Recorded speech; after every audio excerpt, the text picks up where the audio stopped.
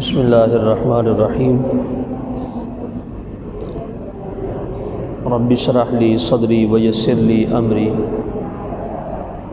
واحلل عقدۃ من لسانی یفقہوا قولی۔ الحمد للہ وکفی وسلام علی عبادہ الذین اصطفیٰ، خصوصاً علی افضل الانبیاء ماحی الذنوب والخطا، منبع الجود والعطاء، صاحب المقام والشفاعۃ واللواء، الذی دنا فتدلی فکان قاب قوسین او ادنی فاوحی الیہ ربہ ما اوحی۔ احمد المجتبی محمد المصطفیٰ الذی کان نبیا و آدم بین الطین والماء، وعلی آلہ و اصحابہ الکرماء والشرفاء والتابعین لہم بالاحسان الی یوم الجزاء۔ اما بعد فاعوذ باللہ من الشیطان الرجیم، بسم اللہ الرحمن الرحیم۔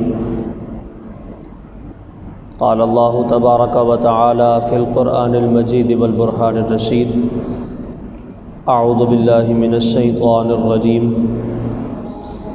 شہر رمضان الذی انزل فیہ القرآن ھدی للناس وبینات من الھدی والفرقان۔ وقال تعالی فی مقام آخر، انا انزلناہ فی لیلۃ القدر وما ادراک ما لیلۃ القدر، لیلۃ القدر خیر من الف شہر، تنزل الملائکۃ والروح فیہا بإذن ربہم من کل امر، سلام ہی حتی مطلع الفجر۔ آمنت باللہ، صدق اللہ مولانا العظیم، وقال رسول اللہ صلی اللہ تعالی علیہ وآلہ وسلم، من قام لیلۃ القدر ایمانا و احتسابا غفر له ما تقدم من ذنبہ، او کما قال علیہ الصلاۃ والسلام۔ صدق اللہ مولانا العظیم وصدق رسولہ النبی الکریم الامین، ونحن علی ذلک لمن الشاہدین والشاکرین، والحمد للہ رب العالمین۔ ان اللہ وملائکتہ یصلون علی النبی، یا ایہا الذین آمنوا صلوا علیہ وسلموا تسلیما۔ برکت کے لیے درود پاک پڑھ لیں۔ الصلاۃ والسلام علیک یا سیدی یا رسول اللہ، وعلی آلک واصحابک یا سیدی یا حبیب اللہ۔ الصلاۃ والسلام علیک یا سیدی یا رحمۃ للعالمین، وعلی آلک واصحابک یا سیدی یا خاتم النبیین۔ یا رسول اللہ انظر حالنا، یا حبیب اللہ اسمع قالنا، اننا فی بحر غم مغرق، خذ یدینا سہل لنا اشقالنا۔ صدیق عکس حسن و جمال محمد است، صدیق عکس حسن و جمال محمد است، فاروق ذل جاہ و جلال محمد است، عثمان ضیاء شمع کمال محمد است، حیدر بہار باغ خصال محمد است، اسلام ما اطاعت خلفاء راشدین، ایمان ما محبت آل محمد است، صلی اللہ تعالی علیہ وعلی آلہ واصحابہ اجمعین وبارک وسلم ابدا۔ بندہ پروردگارم امت احمد نبی، دوست دار چار یارم تابع اولاد علی، مسلک حنفیہ دارم ملت حضرت خلیل، خاک پائے غوث اعظم زیر سایہ ہر ولی۔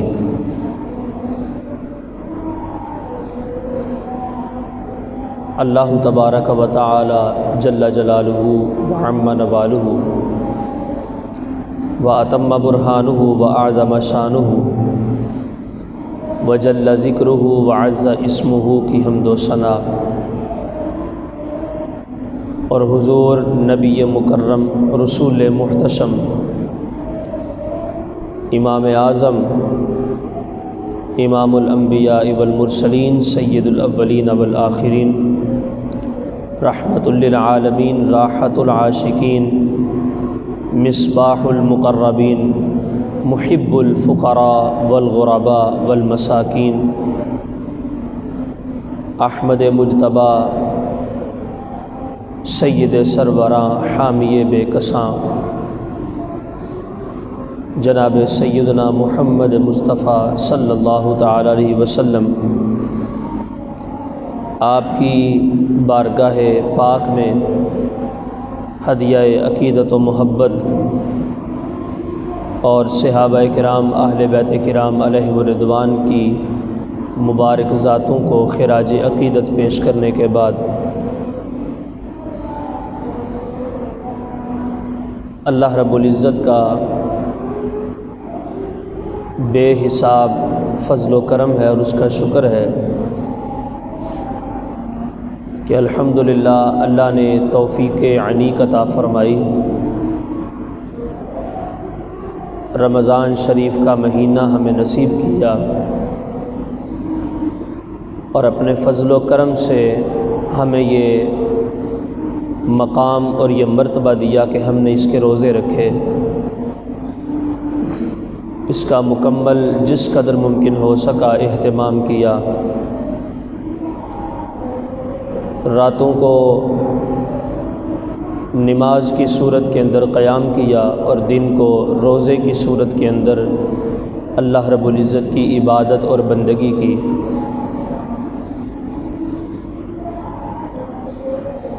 اب یہ رمضان شریف کی آخری ساعتیں ہیں، گنتی کے دن پورے ہونے کو ہیں اور یہ مہمان مہینہ ہم سے جدا ہونے والا ہے۔ شکر ہے اس رب کریم کا کہ جس نے سارا مہینہ گزارنے کے بعد اگر ہمارے اعمال اور نیکیاں اور خیرات اکٹھی کرنے کے اندر کوئی غلطی اور کوتاہی رہ گئی ہے تو اللہ نے آخری مبارک عشرے کی طاق راتوں کے اندر ہمیں لیلۃ القدر بھی عطا فرمائی ہے کہ جس کی عبادت کو بے حساب اجر عظیم والی عبادت قرار دیا جاتا ہے۔ اس رات کا تعارف پیش کرتے ہوئے اس کے عنوان سے ایک پوری سورت کو اللہ تعالیٰ نے قرآن پاک کے اندر نازل فرمایا ہے۔ امت مسلمہ کے اوپر رب کا یہ احسان اور یہ کرم عظیم ہے کہ ہمیں اس امت کو لیلۃ القدر عطا کی گئی۔ نبی کریم علیہ السلام کی مبارک طبیعت کو تھوڑا سا حزن اور ملال ہوا، کچھ پریشانی کی کیفیات حضور علیہ السلام کی ذات بابرکات میں نظر آئیں، تو آپ نے اللہ رب العزت کی بلند و بالا بارگاہ میں یہ سوال کیا کہ باری تعالی، میں نے مشاہدہ کیا ہے کہ جتنے بھی پہلے انبیاء کرام علیہم السلام تشریف لائے ہیں، کسی نے 900 سال عبادت کی، کسی نے 1000 سال عبادت کی، بڑا بڑا لمبا عرصہ اور ایک طویل عمر جو ہے وہ تیری بندگی کے اندر گزارتے رہے، تو مولا کریم میری امت کی نہ تو اتنی عمر ہے، نہ ان کو اتنے زیادہ مواقع اور اتنی زیادہ سہولتیں عبادت کے حوالے سے میسر آئیں گی تو باری تعالیٰ کل قیامت کے دن میری امت کے اعمال کا پلڑا ہلکا ہو جائے گا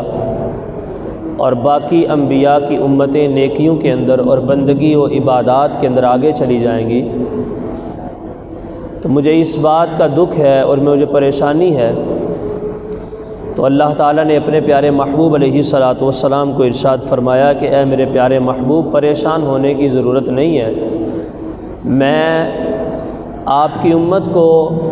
ایک سال کے اندر ایک رات ایسی عطا کر دوں گا کہ اس ایک رات کی عبادت کو میں 1000 سال کی عبادت سے بھی زیادہ فضیلت والی عبادت بنا دوں گا۔ اس ایک رات کی عبادت کو، ایک رات کے جاگنے کو اور ایک رات کی بندگی کو اللہ نے فرمایا کہ میں میرے پیارے محبوب آپ کی امت کے لیے اتنا خیر والی وہ رات بنا دوں گا کہ وہ ایک رات صرف عبادت کریں گے، لیکن میرے خزانے سے ان کو 1000 سال عبادت کرنے کا بھی زیادہ ثواب اتنا نہیں ہے کہ جتنا اس رات کا ثواب میں ان کو عطا کروں گا۔ تو یہ نبی کریم علیہ الصلاۃ والسلام کا فیض ہے اور آپ کا ہی کرم ہے اور آپ کی نظر رحمت کا ہی یہ سارا اثر ہے کہ اللہ تعالیٰ نے ہم گناہ گاروں کو شب قدر عطا فرمائی ہے۔ ایک اور اس کے بارے میں نزول اور اس امت کی طرف اس رات کو منسوب کرنے کا جو قول ہے وہ ایک اور روایات کے اندر ملتا ہے، وہ یہ ہے کہ نبی کریم علیہ الصلاۃ والسلام نے اللہ کی بارگاہ میں عرض کی کہ باری تعالیٰ، میں بنفس نفیس ابھی اس کائنات کے اندر موجود ہوں، میرا جسم موجود ہے، ظاہری طور پہ لوگ مجھے دیکھتے بھی ہیں، میرے پاس بیٹھتے بھی ہیں، مجھ سے باتیں بھی کرتے ہیں، میری صحبت کو بھی اختیار کرتے ہیں، میں چلتا پھرتا بھی ہوں، سارے معاملات کرتا ہوں، لیکن اور میرے وجود کی وجہ سے بڑی رحمتیں اور بڑی سلامتیاں اس قوم اور میری امت کے اوپر ہیں، لیکن جب میں تیرے فیصلے کے مطابق انتقال کر جاؤں گا، ظاہری طور پہ میں نے پردہ کر لیا اور اس امت سے میں جب اس دنیا سے جب میں چھپ جاؤں گا اور ہمیشہ کے لیے تیری بارگاہ میں دنیا کو چھوڑ کے آ جاؤں گا،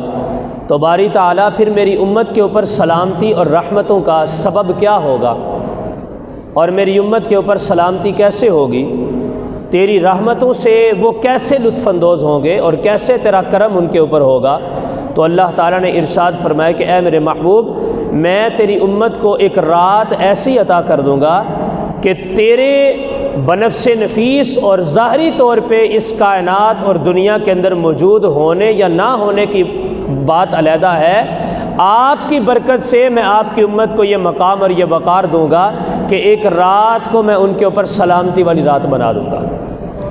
اور اس رات کے ایک ایک لمحے کے اندر ان کے اوپر میں سلامتی کروں گا اور میری طرف سے ان کو سلام ہوگی، اور میں قیامت تک فرشتوں کی ڈیوٹی لگا دوں گا کہ وہ فرشتے میری عظیم بارگاہ سے سلامتی کو اٹھائیں گے اور آپ کی مبارک امت تک جو ہے میری سلامتی کو وہ پہنچاتے رہیں گے۔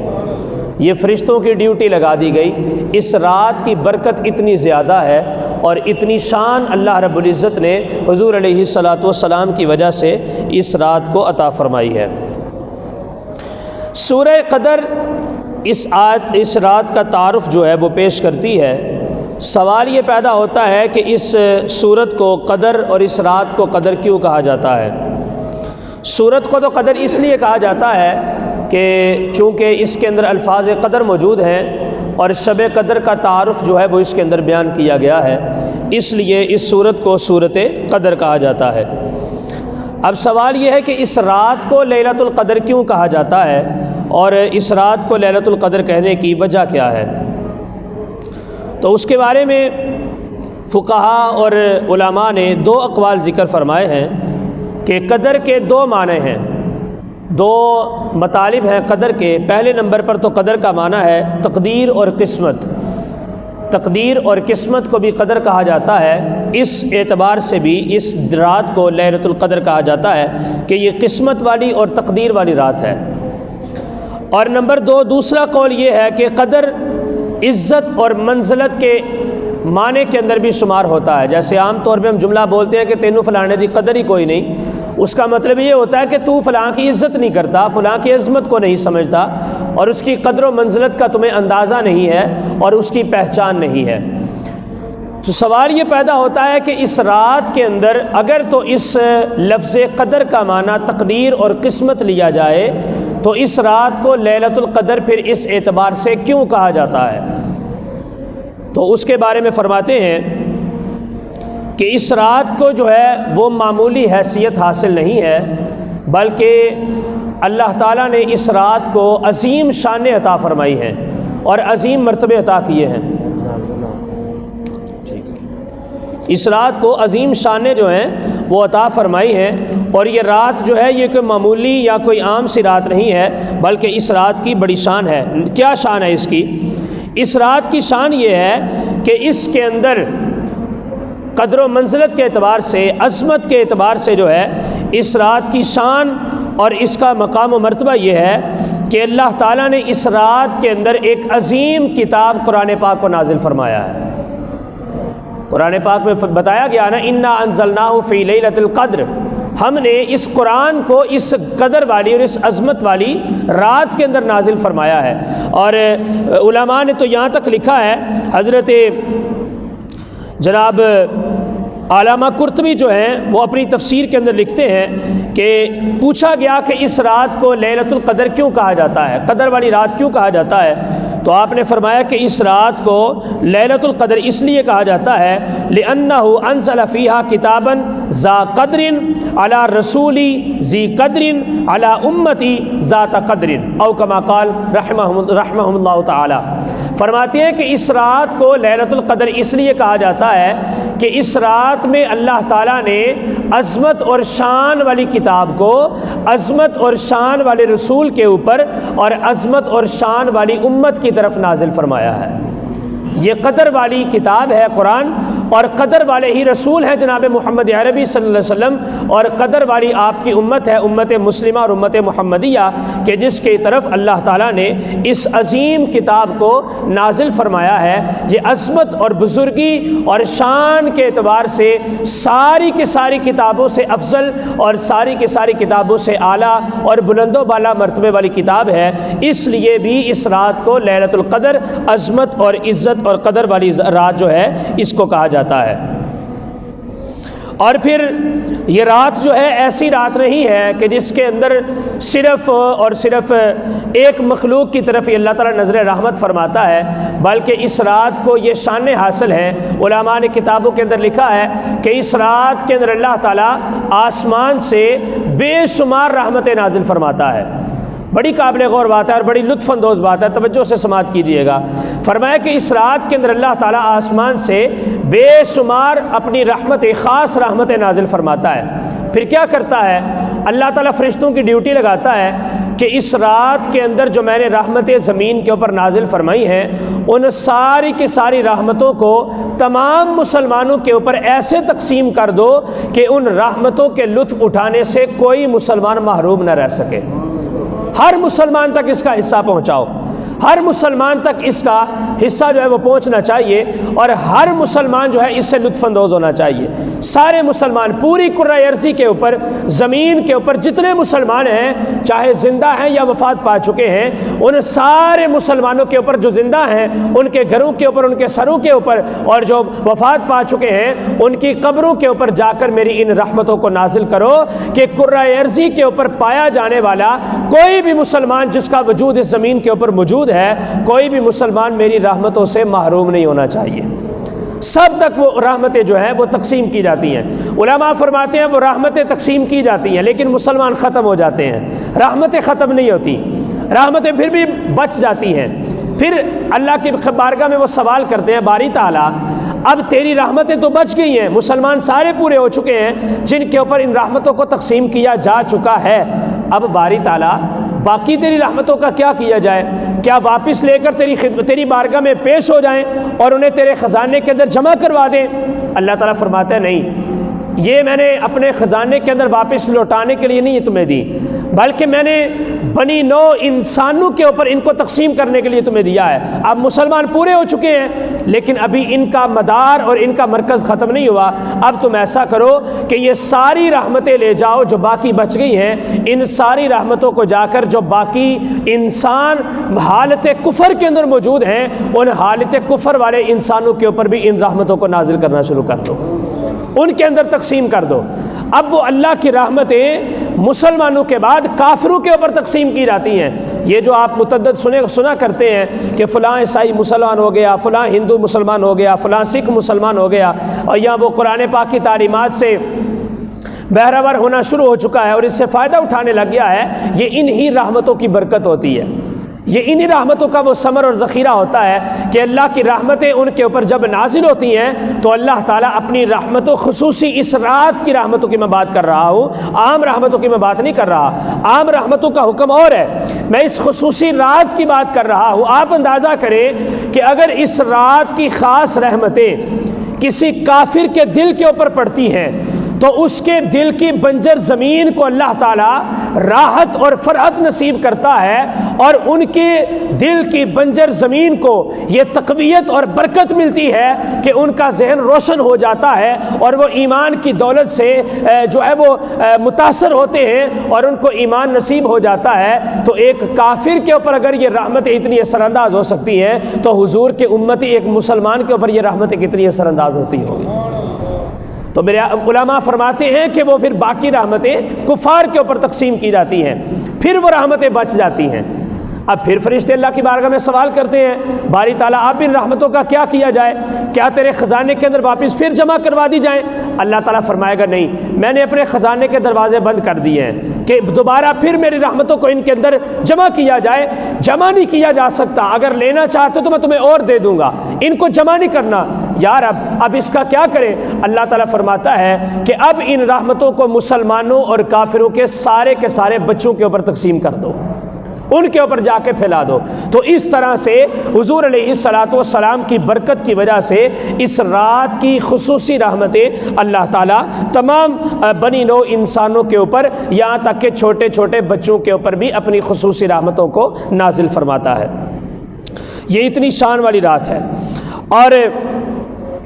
پھر اس کے بارے میں بڑا علماء نے لکھا ہے، اور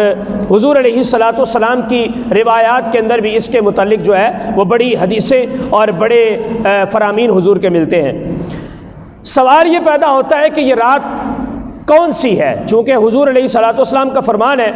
تحروا لیلۃ القدر فی العشر الاواخر من رمضان، رمضان شریف کے آخری عشرے کے اندر لیلۃ القدر کو تلاش کرو، تحری کرو۔ روایات کے اندر آتا ہے کہ ایک دن حضور علیہ الصلاۃ والسلام اپنے مبارک حجرے سے نکلے اور صحابہ اکرام کو بتانا چاہ رہے تھے کہ لیلۃ القدر کون سی ہے، تعین کرنا چاہتے تھے۔ تو آپ نکلے تو آپ نے دیکھا کہ دو مرد جو تھے افراد آپس میں جھگڑا کر رہے تھے اور آپس میں بحث و مباحثہ ان کا ہو رہا تھا۔ تو حضور علیہ الصلاۃ والسلام نے ارشاد فرمایا، میں آج تمہیں لیلۃ القدر کی خبر دینے کے لیے نکلا ہی تھا کہ جب میں نے ان دو شخصوں کو جھگڑا کرتے ہوئے دیکھا ہے تو اللہ تعالیٰ نے مجھ سے اس رحمت والی رات کو اٹھا لیا ہے، اب تمہارے اوپر یہ لازم ہے کہ اس رات کو تلاش کرو۔ حضور نے تعین کرنے کے لیے ارادہ فرمایا، لیکن چونکہ یہ اس کو پوشیدہ رکھنے کے اندر بڑے راز پنہاں ہیں،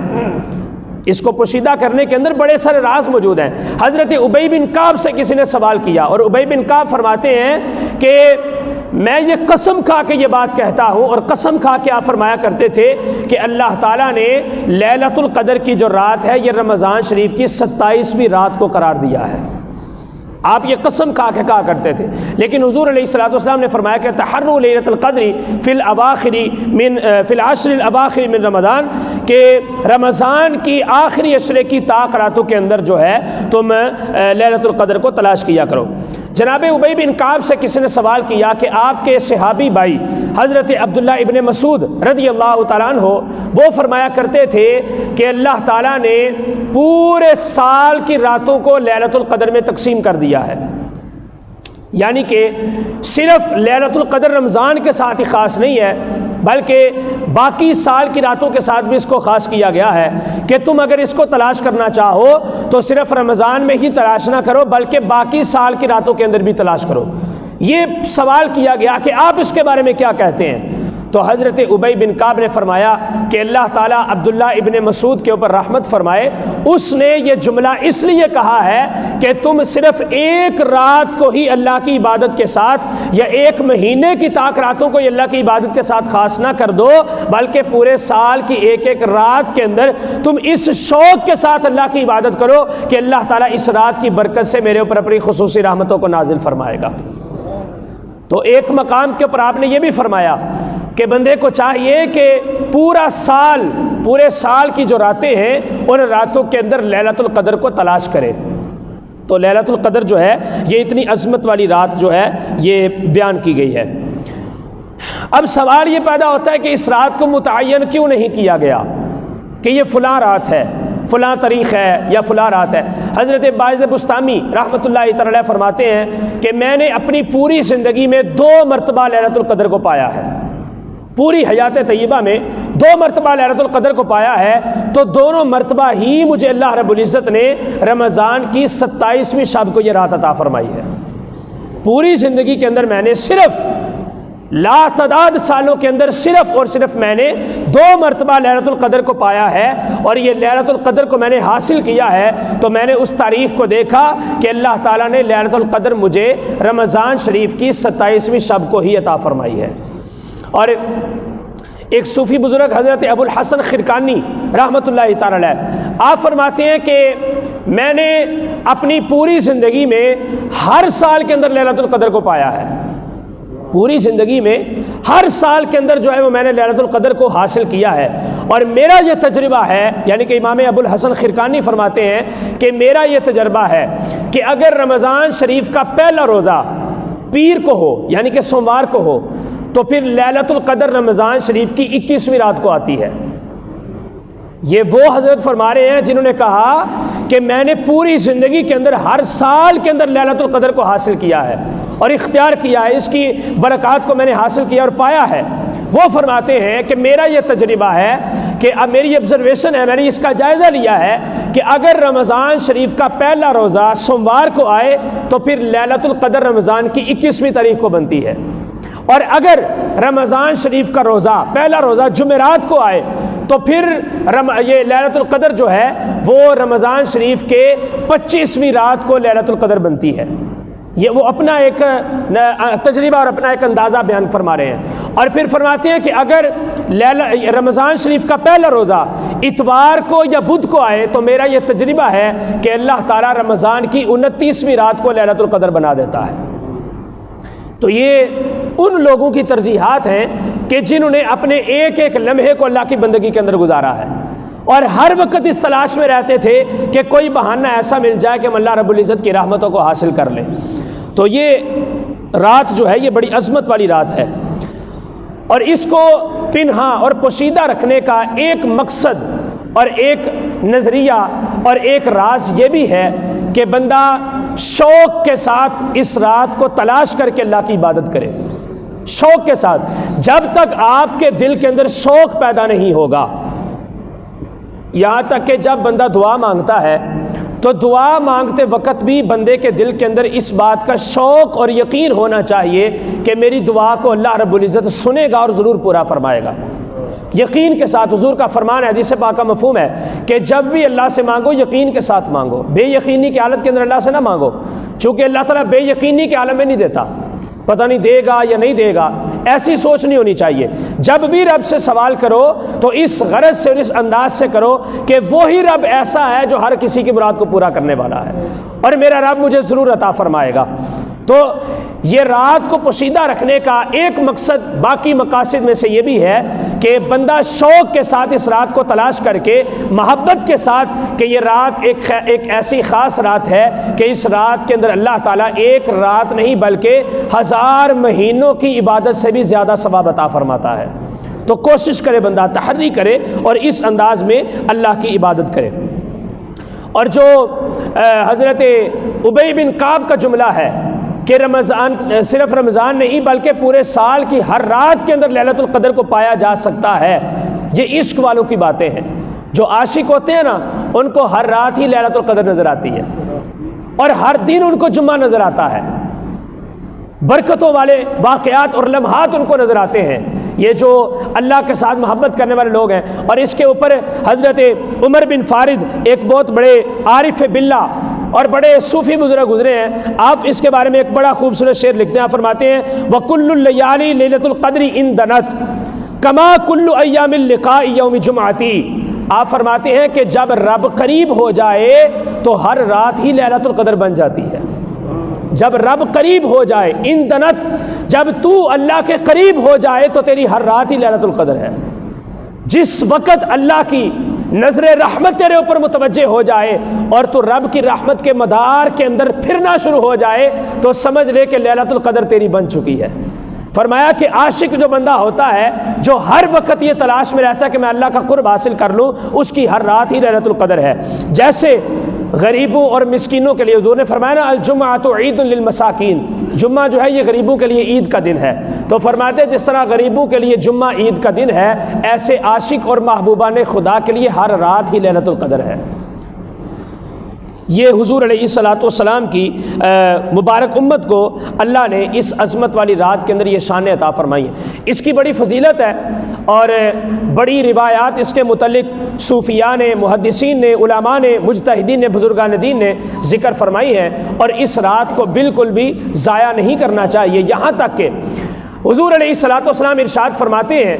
کہ اس رات کے اندر اللہ تعالیٰ عبادت کرنے والے کو ایک شان اور ایک خاص مقام یہ عطا فرماتا ہے کہ اللہ تعالیٰ فرشتوں کے سردار سے اس کی ملاقات کروا دیتا ہے۔ جبریل امین جو ہیں اللہ کے بندے سے ملاقات کرتے ہیں، اور یہ حضور علیہ الصلوۃ والسلام کی جو ہے یہ ایک حدیث سے پاک بھی ہے۔ آپ حضرت انس رضی اللہ عنہ اس کو روایت فرمانے والے ہیں، آپ فرماتی ہیں اذا کان لیلۃ القدر ينزل جبریل فی کبکبات من الملائکہ، کبکبات من الملائکہ یصلون علی کل عبد قائم او قاعد یذکر اللہ عز وجل۔ آپ فرماتے ہیں کہ اس رات جب لیلۃ القدر آتی ہے تو اللہ تعالیٰ آسمان سے جبریل امین کو نازل فرماتا ہے۔ یہ تو قرآن پاک کی آیت میں بھی آیا نا تنزل الملائکۃ والروح فیہا، اللہ کے حکم سے اس رات کے اندر جو ہے جبریل امین اپنے پوری فرشتوں کی ایک جماعت کے ساتھ آسمان دنیا سے زمین کے اوپر نازل ہوتے ہیں۔ تو حضور فرماتے ہیں کہ لیلۃ القدر کے اندر آسمان سے جناب جبریل امین فرشتوں کی ایک بڑی جماعت اور جمع غفیر کے ساتھ جو ہیں وہ اترتے ہیں، اور کیا کرتے ہیں، دیکھتے ہیں کہ جو بندہ کھڑا ہو کے اللہ کی عبادت کر رہا ہے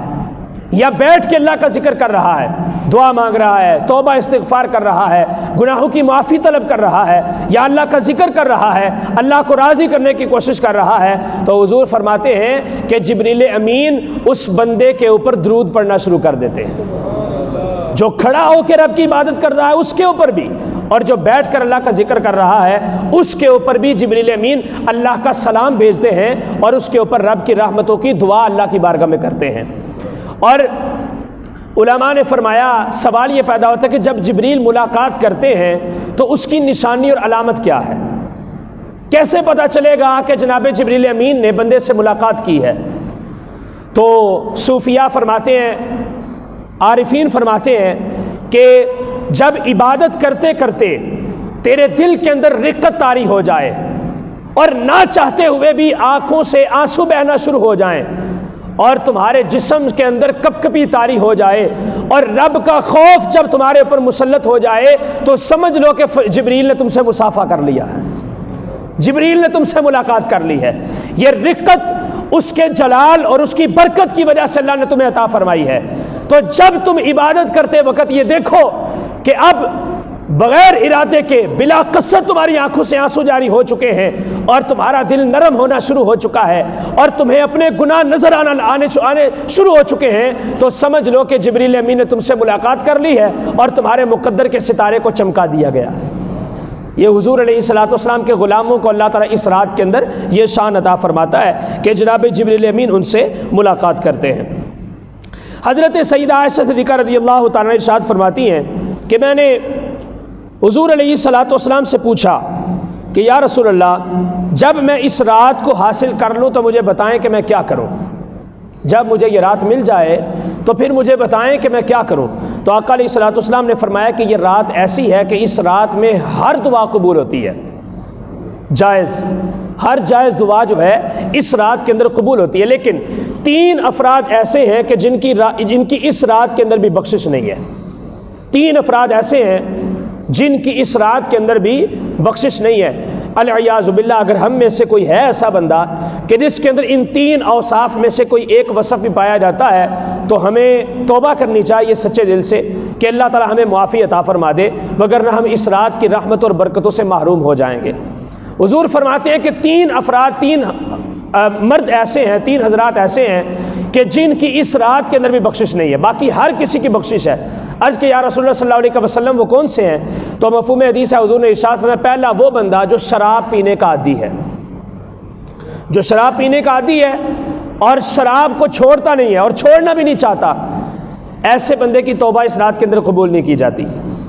اگر وہ توبہ اپنی قبول کروانا چاہتا ہے تو اس کے لیے ضروری ہے کہ پہلے سچے دل سے شراب پینے سے توبہ کرے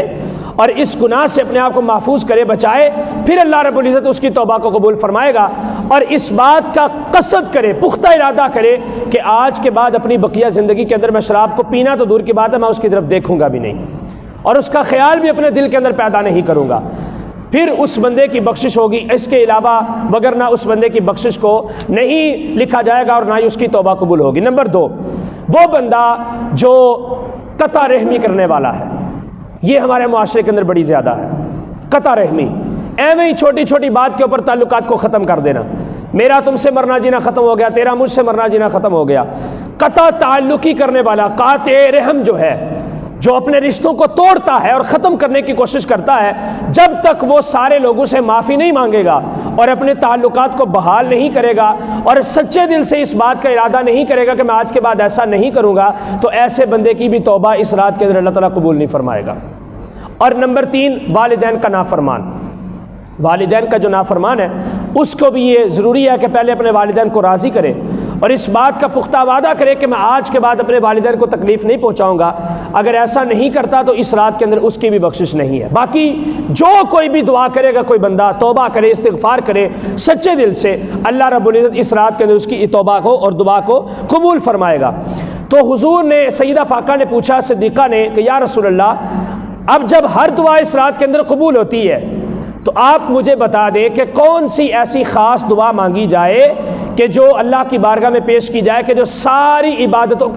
دعاؤں کا مرکز اور مدار بن جائے، ایسی کوئی دعا تعلیم فرما دیں۔ تو آقا علیہ الصلوۃ والسلام نے فرمایا کہ جب تم لیلۃ القدر کو پالو تو اس رات کے اندر یہ دعا کیا کرو، اللہم انک عفو کریم تحب العفو فاعف عنا یا غفور یا غفور، کہ اے اللہ تو معاف کرنے کو بڑا پسند کرتا ہے، تو معاف کرنے والا ہے اور تحب العفو، معاف کرنے کو بڑا پسند کرتا ہے، لہٰذا اس لیے مجھے معافی عطا فرما دے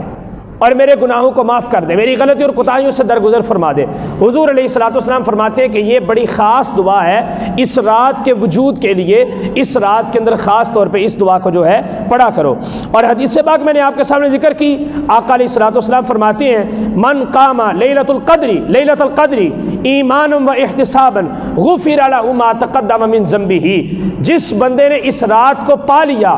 اور اس رات کے اندر ایمان کی سلامتی کے ساتھ اپنے گریبان کے اندر جھانکتے ہوئے اور اپنی ذات اور اپنے اعمال کا محاسبہ کرتے ہوئے سچے دل سے اللہ سے معافی مانگی اور اس نے اس رات کے اندر توبہ کی، تو اللہ تعالیٰ اس کی پچھلی زندگی کے سارے گناہوں کو معاف فرما دے گا، سارے گناہوں کو معاف فرما دے گا۔ یہ اتنی عظمت والی اور اتنی بلندی والی اور شان والی رات ہے۔ انشاءاللہ العزیز اللہ نے فضل کیا، اللہ نے مہربانی فرمائی تو ہم اس رات کو ضرور جو ہے وہ پائیں گے اور اس رات کے اندر ضرور عبادت کریں گے۔ اس کی نشانیوں میں سے ایک نشانی جو کتب احادیث کے اندر ذکر کی گئی ہے وہ یہ ہے کہ اس کی جو رات ہوتی ہے اس کا چاند بڑا شفاف اور چمکدار ہوتا ہے۔ لیلۃ القدر کی جو رات ہوتی ہے اس کا چاند بڑا شفاف اور چمکدار ہوتا ہے۔ اس کی تشبیہ دی گئی ہے روایات کے اندر کہ جیسے کسی خالی پلیٹ کا باہر والا سرا ہوتا ہے چمکدار صاف ستھرا، ایسے ہی اس رات کے اندر چاند کا جو باہر والے کنارے ہیں اور اس کی گولائی جو ہے وہ چمک رہی ہوتی ہے۔ یہ ایک نشانی اس کی یہ ہے۔ دوسری نشانی اس کی یہ ہے کہ اس رات کی جو صبح ہوتی ہے وہ گرم نہیں ہوتی، ٹھنڈی ہوتی ہے، اور سورج جو ہے وہ بغیر کرنوں کے طلوع ہوتا ہے۔